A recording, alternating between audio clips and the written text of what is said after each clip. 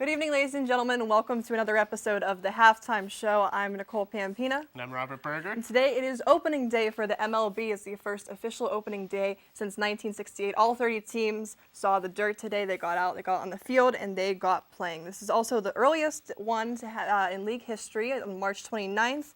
And it is on a Thursday, not a Monday. There's a fun fact for you. So, Robert Berger, let's jump into this. There's a few things we're seeing different in this season for 2018 in the MLB, one of which is the netting change. Why don't you explain a little bit of what we're seeing there? Yeah, so in previous years, there's always a protective netting behind the field of play somehow to protect the fans, especially the ones that are close up for foul balls. Normally it goes from about the end of the dugout to the other end of the dugout, but this year they've changed it and extended it all the way down the foul line on either side of the field. It's been a controversial topic that's been debated the past couple years, and they finally made amends to the move. What do you think about that? Right. I don't know if you've had an issue, but I know I've sometimes had the tickets. They're along the third baseline. They're great seats, but I don't like these small, hard-hurling objects at my face while I'm watching a Pirate game. So I think it's a good thing. I think safety is first and foremost. I think the ball girls can only do so much. I think it'll be very beneficial. Now, those people in the outfield, those are flies. There's a little less velocity on those. That's a whole other beast to tackle. Oh, yeah, I agree completely.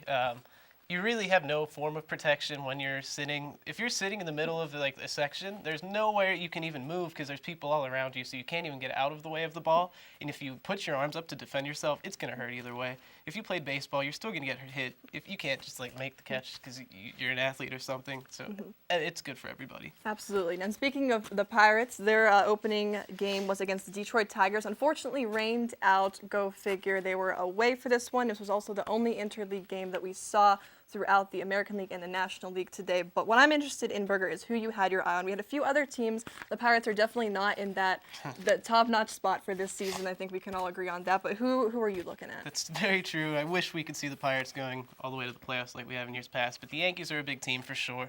Stanton is now with the team. They have a new manager this year. They've added some offensive power, so I'm excited to see that, especially with Stanton, home run derby winner from last year. And Aaron Judge is also on that team, who was last year's the home run derby year in the previous year. So really big offensive power on the Yankees, and they have the pitching staff to back it up, in my opinion. Absolutely. We got some updates on the opening day games. The Yankees, they played Toronto. They ended up winning 6-1. A few other games are still in progress. Another one got postponed, but we still have some in the works. Another score, Chicago and Miami, they played. What are we thinking of the Cubs, the 2016 champions, Berger? What are you looking at? I think this will be a better year for them for sure. They did lose some pitching, but they added some in the offseason. Their offense is still just as good as it has been in years past. They're missing Arrieta, which is kind of sad to see, but I'm happy to see it because, hey, the Pirates, that's one less start for them to face, but really not in contention this year. So. Now, Chicago, they played Miami. They also won 8-4, so that's a good start for them in regular season. But we also have another reporter with us today. It's Ellyn Stanton, and she has her own take on who we're looking at for this season. Ellyn, what do you say about who the top picks? Yeah, I absolutely agree with Robert on that one. I think the Yankees are going to be huge this year. They have Stanton and Judge, like Robert pointed out. And Stanton, already in his first at-bat today for the Yankees, got a home run, a good start to the season for them. They also have a Cy Young, not winner, but he was in the race last year in Luis Severino, so he's going to be big on the mound for them as well. I also think the Dodgers are going to be big this year. They went to the finals last year, just lost in Game 7 to the Astros, but I think they're going to look for redemption this year. This is the last year in Kershaw's contract. So if he can stay healthy, I think they're going to have a big year as well. And they also have a big farm system as well. So they have a lot of players that are down in their minor leagues, ready to be called up at any time. They also have a big batter in Justin Turner, who his only other average that was better than 2017 was in 2014. But I think he looks to improve in 2014 as well. Also, I think the Astros are going to make another big contention this year for that playoff run and looking to repeat that World Championship title.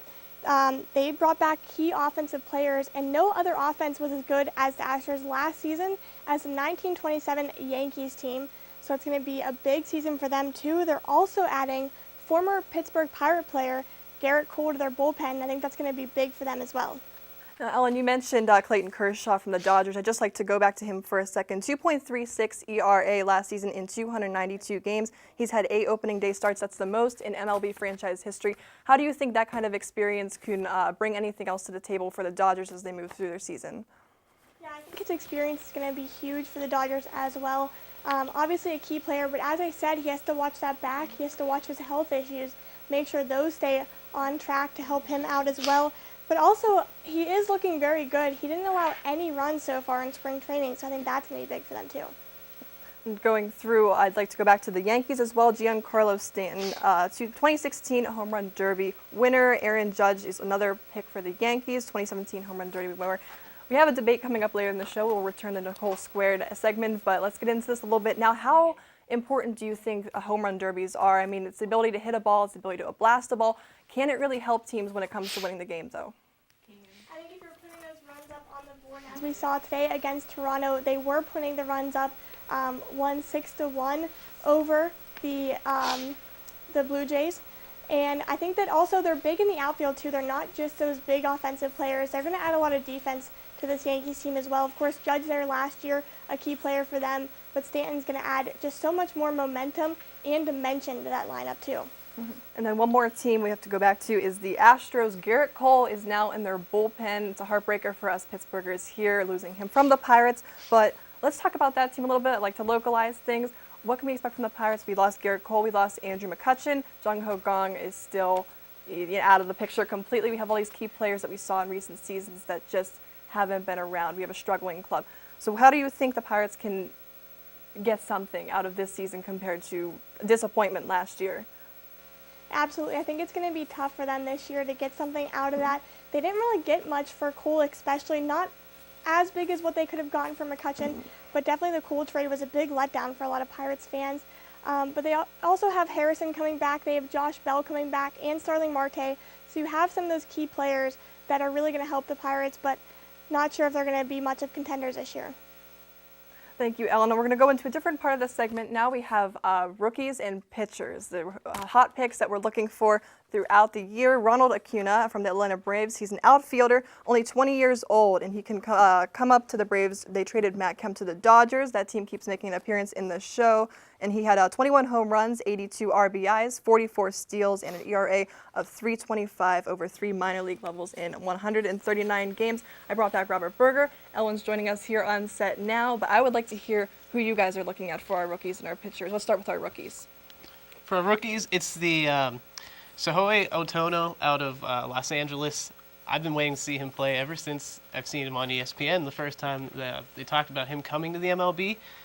So there have been a few pitchers in recent years who have made that transition of playing in Japan and then coming to the MLB. It's a tough transition, so I feel like his spring training isn't going to show what he's going to do with his career because it was a slow start. He had his first hit on his first pitch he saw today in opening day. So I'm really excited to see it because he is a hitting pitcher, which is something we really don't see. What do you guys think of that? Yeah, I think all pitchers should hit, honestly. I think that the NL roles have the best roles. I think that should be throughout the whole league. As we talked about earlier, Robert, I mean, you grow up batting your whole life. I don't see why you can't keep doing it in the MLB as well. I agree. Ban the DH like they say when you watch the Pirate games. What's that, Nicole? I'm sorry? I said ban the DH, but you were going to say something. I don't know.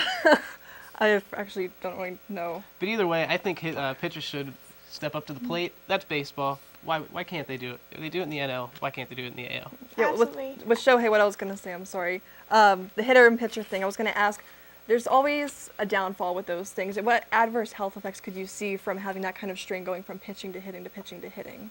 It is a different muscle. I think that's kind of the main thing.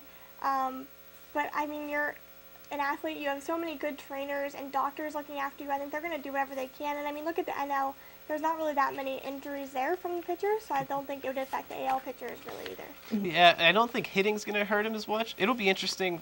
What I think is how they're going to practice with him, because normally pitchers are doing their pitching training while hitters are doing their hitting drills. So when is he going to get the time in for either of those?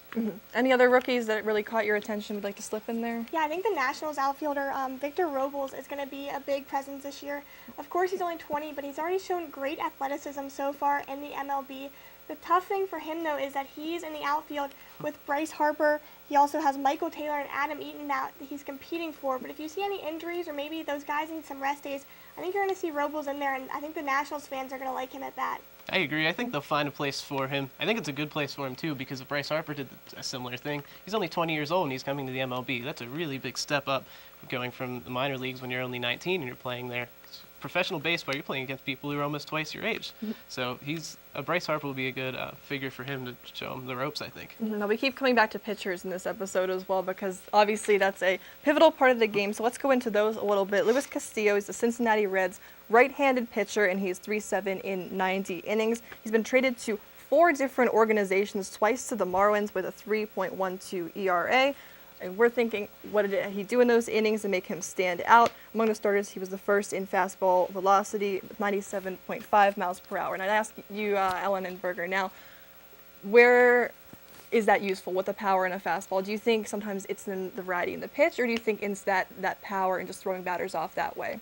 I think the variety can really throw batters off. They might be expecting one thing from a pitcher, then you come in, you get Castillo, you get that big power, something they're not expecting there from him. That's true. Not everyone's up there throwing 97 off the mound, and that's something that's really hard to face as a hitter, especially whoever is starting or who else is in the game. It'll throw them off if they have an off-speed pitcher, and they bring Castillo in, then that's something really different for the hitters that day. Mm-hmm. Another fastball, another pitcher who's making waves with his fastball. We have Tyler Chatwood from the Chicago Cubs, also a right-handed pitcher. His fastball velocity improved actually last season from 92.6 miles per hour to 94.6 in an elite curveball spin. That's where we get that variety in pitches coming in 120 strikeouts across 147 innings. What's our take on that? What do we expect from him from the Cubs, who are trying to make that comeback season, as we mentioned earlier? Yeah, I think the Cubs are definitely looking for Chatwood to be a big player for them. And as you said, that curveball, I think that's really going to mess the batters up whenever they see that coming at them. Oh, yeah, that's a lot of strikeouts he had, and he has a great arsenal of pitches. Then he has big shoes to fill with Jake Arrieta leaving, so I think he'll really pull it off for the Cubs this year and have a good year for them. Wonderful. Thank you both for joining me again. As I mentioned earlier in the show, it's the Nikole Square Off. We're bringing back Nikole Kost for us. We'll be discussing a hot topic here locally with the Pirates. Should Jung Ho Kang be welcomed back onto the Pirates team? Joining me now in studio, I have Nicole Kost here for another lovely debate. And I think I'm going to let you take the lead once again, like I did last time. I'm going to put you on the spot. Should Jung Ho Kang be back on the Pirates team, or any MLB team for that matter? I don't think he should be, because he was recently in Seoul. He's from South Korea. He was doing a promotional video with BMW. And so as compensation, they gave him a really nice BMW for the winter to use. And so he was out drinking at a hotel with friends one day, and he decided to drink and drive. He wrecked his car, and there was dash cam footage that was leaked on YouTube.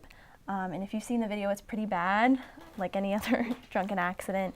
And so the drinking culture there is considered competitive, so it's a heavy drinking country. I'm sorry, excuse me. And so after this came about, it was discovered that it was his 3rd DUI in Seoul since 2009. 3. The first 2 weren't in the tabloids. Now, see, here's the issue with that, and I'm kind of on the fence about whether or not he should come back. He's a great player. He was a great shortstop, great third baseman, and he was consistent at the plate. We love to see him. That was that glorious 2014 season that we all wish we could have back from the Pirates. But that was what he's facing right now, is punishment by law. That's not necessarily the MLB. Should there be a suspension there? Because right now he's struggling to even get a visa to get back into the country. Yeah, I mean, I think it's a terrible representation for his own country, so I can understand the government not allowing him to come back. That looks so bad on them. And anybody that drinks and drives, they're potentially killing somebody, even themselves. So I don't think he should be allowed to play. I think he's a terrible representation. Even though he's a good player, I think morals and life comes before baseball. You got me there. No, I do agree that ethics should definitely come into play there for certain, important when it comes to these things. You need a player to look up to. I'd have to agree with you there. I'm tired of seeing the Pirates losing. That's what it's coming down to at this point. I'm just so sick of it. But that's all the time we have today. Another lovely debate, lively, lovely, whatever it might be, with Nikole Kost. But thank you for joining us on the halftime show. Next week, buckle up, baby. It's Stanley Cup playoff season. We'll be looking at NHL and who to look for. Can the Penguins three-peat? There's much to talk about. We'll see you next week. Thank you for joining us. I'm Nicole Pampena. I'm Nicole Kost. We'll see you then.